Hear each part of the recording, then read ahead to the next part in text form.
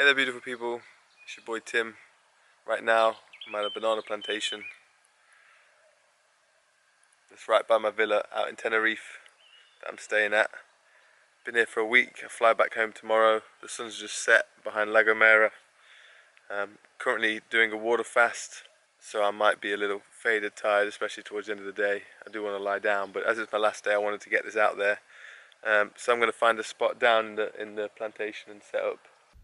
Today I wanted to get on this camera and just talk to you about, you might have seen my previous video reviewing my Ninja Warrior run, and this one I wanted to talk about more behind the scenes, the positives and negatives of Ninja Warrior UK, the way it's run, the things I would like to see changed. When I've done previous series in like America, I've always got to chat with the producers and they've took my feedback and we've had a good camaraderie between us and good chat. At this show I've not got to speak to any of the producers, and we give feedback but it gets filtered behind the people that we're giving it to. So I wanted to speak out on the camera because I think it's important, especially for someone in my position who just got last man standing, because there's a lot of athletes in the UK scene that really love and live for Ninja Warrior and their voice isn't heard. This is the one chance that these people get is to represent themselves on the UK show in something that they're really passionate about, and their voice can't get heard. So I feel like it's on me to speak about it. So there's a lot of good things and some negative things that I want to speak on, so I don't mean to sound salty or anything like that. Take it as you will. I'm going to put it out there and then you can do with it what you want. I've got a list, got some notes written down here so I can get everything I want to say on. So we'll start with the positives, of which there are many positives. One of the main things that I really like about the UK Ninja Warrior show is it gives me a platform to represent meat-free athletes, vegans, and show that you can be just as strong, as healthy and fit and not have to consume the flesh of unconsciously murdered animals. And that's a nice one for me because people still doubt it. I still get messages. For me, I realised this years ago, but it takes time for everyone to catch up. There's still people with the myth of protein coming from meats and all this stuff, so it helps to have a platform to dispel that. It's nice because I feel like I've got a very calculated mind and a certain intellect with this stuff, and I like the opportunity for people to listen and to get people to listen. Sometimes to what you have to say, you have to entice them with either art or science or athleticism, and so this is a platform for me to show my athleticism. I like the other two as well, but this is my athletic outlet, and so it gets people to listen up. So I'm grateful for the opportunity to do that, and that it's built in a way that I'm able to excel at it and do all right in the competition. I also like that they let me wear ethics this time. It had to be subtle, and it was a little greyed out box logo, but that was nice of them to let me do that as well.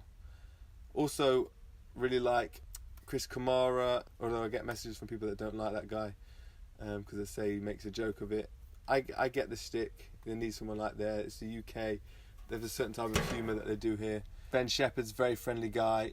The guy's ran a marathon, plays football. I like him. He's got, brings a bit of sporting knowledge to it. And then Rochelle is very friendly as well. Towards the later season, she's got friendlier anyway. Also, all the staff behind the scenes are very friendly, all very talkative and happy to help. And so it's really nice just to work in a professional environment, on a production, trying to make a nice package together, working as a team, as athletes and the production team. Another really good thing I like is the bonding between the athletes. When you're on Ninja Warrior, it is a journey. You cannot recreate it in training. With parkour, it's a very good practice to build some sort of inner strength, because sometimes you're dealing with death traps. Sometimes you're doing jumps between rooftops, which if you're not focused and not committed and not conditioned enough and trained, can result in death. It very rarely does, because the only people that do it, no one's that idiotic with it. It's about knowing yourself. Ninja Warrior is slightly different from that because the pressures aren't life or death, but it's a spin on it. It's a slight offshoot. It's TV cameras. It's a crowd. It goes out to the British public. They, have your family there in the crowd watching, cheering you on. So there's a very unique angle of pressure that you can't access anywhere else. And as someone who enjoys watching MMA and UFC and watching what they go through, it's nowhere near the same, because I'm not entering a field to battle another man, but it's my own version of challenge. I really believe, I don't believe in war, but people that went to war, soldiers that, you know, back in the day on the battlefield wielding a shield and a sword, we have the same genetic DNA as those guys, and so maybe it's something within us as humans that an outlet for that feels nice. The nerves beforehand, it's nowhere near the same, I'm not comparing, but just that there is something within our DNA that can step up to the challenge when it needs to, and it's a nice opportunity for me to feel that, because you don't get that in everyday life. So once a year when Ninja Warrior UK comes on and you do a bit of preparation and then you get an outlet like that, it's a really good opportunity for me to do that. And part of you says, why are you doing it? You don't need to, you feel nervous. And then the other part is like, that's why we're here. And so you're on that journey with all the other athletes feeling the same way as well, and there's a really unique bond, especially by the final stage 2 when there's only 8 of you left. You come together because it's not you versus each other, it's you versus the course, and that's very evident. Another thing that's really cool is that it's a chance for the UK talent to step up and show what athletes we've got in the UK. It's very exciting for me to see each year what new talents, who comes out of where, what kind of backgrounds these people have, and see what backgrounds seem to represent the best and translate the best to the Ninja Warrior course. So it's a really good platform to represent UK talent.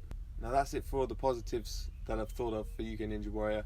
And now on to some of the negatives, just cons. I don't like to be that negative on this channel, but as I said, I feel like this is an opportunity and a responsibility for me to speak. So I want to address these things publicly so that maybe someone will listen and we can have a better UK Ninja Warrior community and scene and show going forward, because that's what we all want.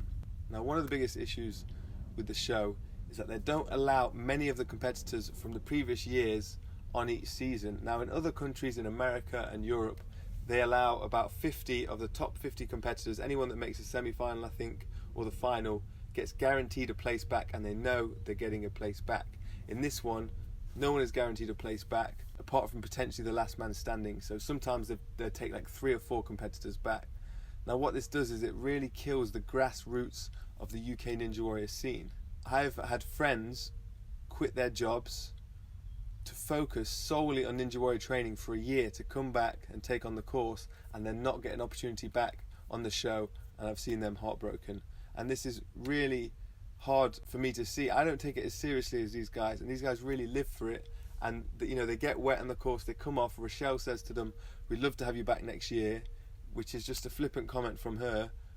They're thinking they're coming back, they quit their jobs, train for a year, and then they're not allowed back. And this is really not on and not fair from them to do it this way. There should be a system in place where they allow certain people back. And beyond this, I just got back from Germany, where we filmed a Ninja Warrior Europe competition, 4 nations, Germany, Spain, France and the UK. Now, there was 6 of us in the UK team representing the UK, and we're on season 4. These other countries are on season 2 and 3. But what they do is they're taking the best talent back each year, and so they're able to evolve the show. The course gets harder every year, and then it filters down to a nicer level, and everyone trains and practices, and they know they're coming back, and it gets better. We can't compete with these guys if we don't build the Ninja Warrior UK show, if we don't make it harder every year. This season, season 4, to me, I felt like I was the least strong out of any season that I've competed in. I was focused, yes, relaxed, sharp, but I wasn't as strong as previous years. Because they're taking less of the talented athletes back, they have to make the course slightly easier so they can get more people through to the final, to get more chances, because they finally want someone to climb Mount Midoriyama.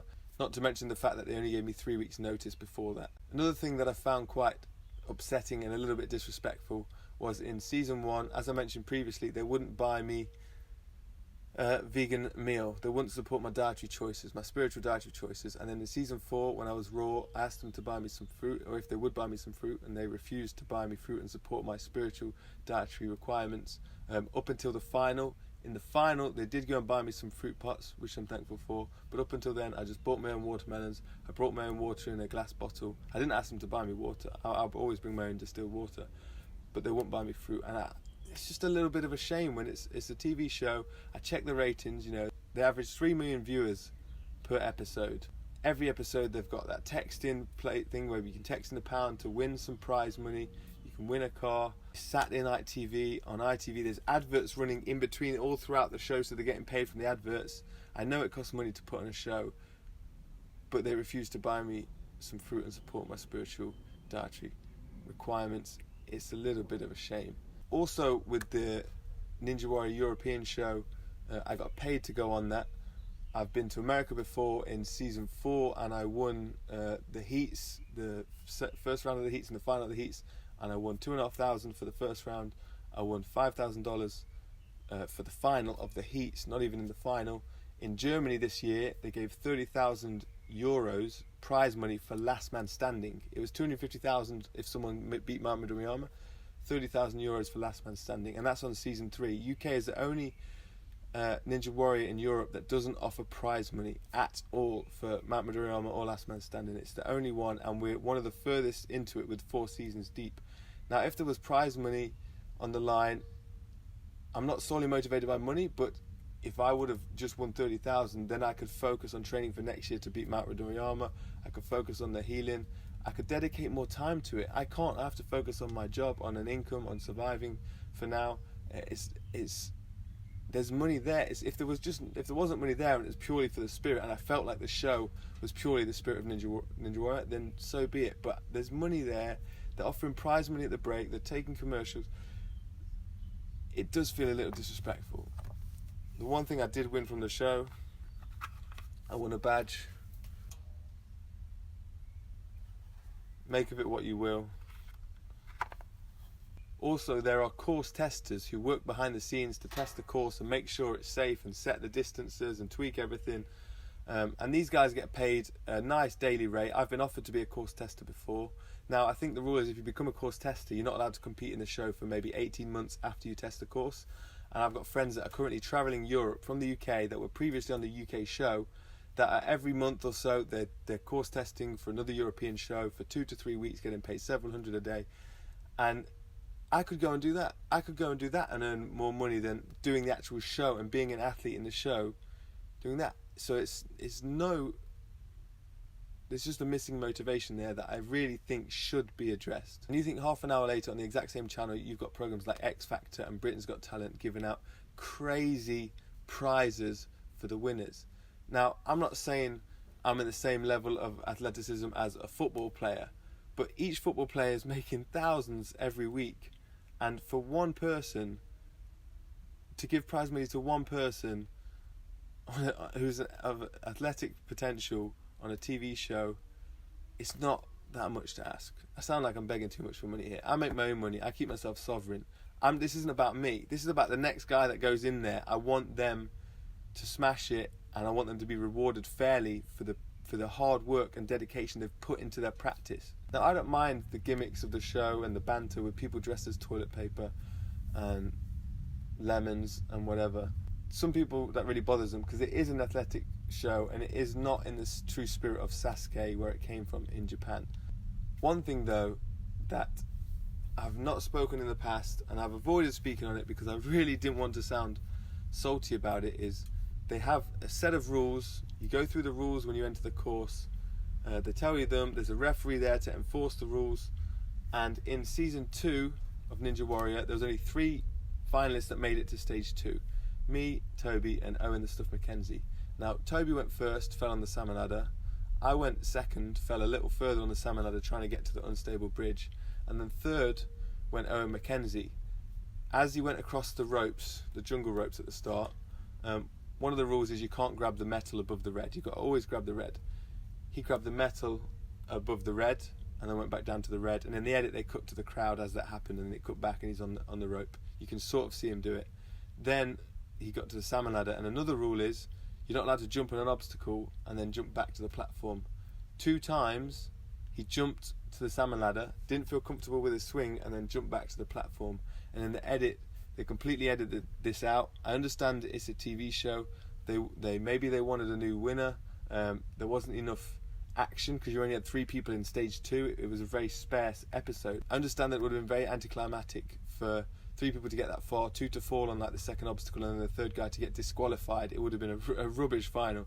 So I completely get it. He made it to the salmon ladder, as I said, jumped back twice, finally got comfortable, went up, and then he got a hand further than me along the unstable bridge, and they gave him the victory. And I never spoke about it. If you're going by rules and it is truly a sporting competition, he should have been DQ'd. Technically, I would be 3 times last man standing, but I let it slide. I let him have it.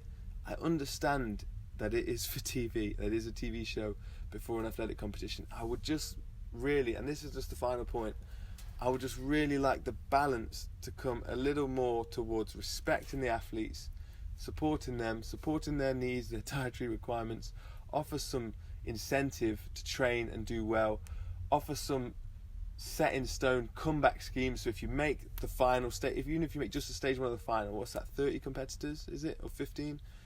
Then you're guaranteed a chance to come back next year. That would be great. And that would stop all the broken hearts. People like Dion and Tague and Ruel. Ruel built a whole Ninja Warrior gym and then fell on something early and then didn't come back next year, and he's so disheartened. And I feel so sorry for the guy. He's a lovely guy. He keeps high spirits. Dion, again, absolutely lives for this. He was in Japan staying at a guest house, and they were watching TV, and the first ever Sasuke #1 came on 30 odd seasons ago, and now he lives for it, built a gym, changed his lifestyle, changed his whole body, everything. It's an amazing transformation this guy's had, and hasn't got a shot at being on his own country's TV show, and I just think it's so disrespectful. And that's one of the main reasons that's driven me to speak out here right now in this moment. And I hope you'll listen to me and not take this as a shot or disrespect. It's just an honest feedback from a guy who's in a place that should be speaking. Now, I have actually been invited back to the next season of Ninja Warrior, and they told me with many months' notice this time. I asked them, is the prize money? They said no. So I said, I'll think about it. I'm focused on healing right now. I'm focused on the fasting. If I'm fasting right now, and I might do some longer fasting, come the time of filming, I won't be ready. Maybe the year after, if they'll have me. They might not even have me back after this, and so be it. I don't live for this. There's more things in my life. There's more. I'm more than Ninja Warrior. I'm going to focus on ethics. I'm going to focus on you guys watching this, because I love you guys, and I want you to feel empowered and know who you are as well. And some of you do, and some of you understand the importance of that and want to know how and are working on that. And so my stuff is to pass on the healing to you, help you with that self-love. It's a personal journey that no one can give to you, but I can just put out some breadcrumbs, and whatever sticks. So I'm going to focus on that for now, and then we'll see what happens with the rest of the year. We'll see if I go on Ninja Warrior. Who knows? But I'll leave it like that for now. From me in Tenerife, amongst these beautiful banana plantations with bananas that I cannot chomp on. It's alright. I'm enough. I love you all. Peace out.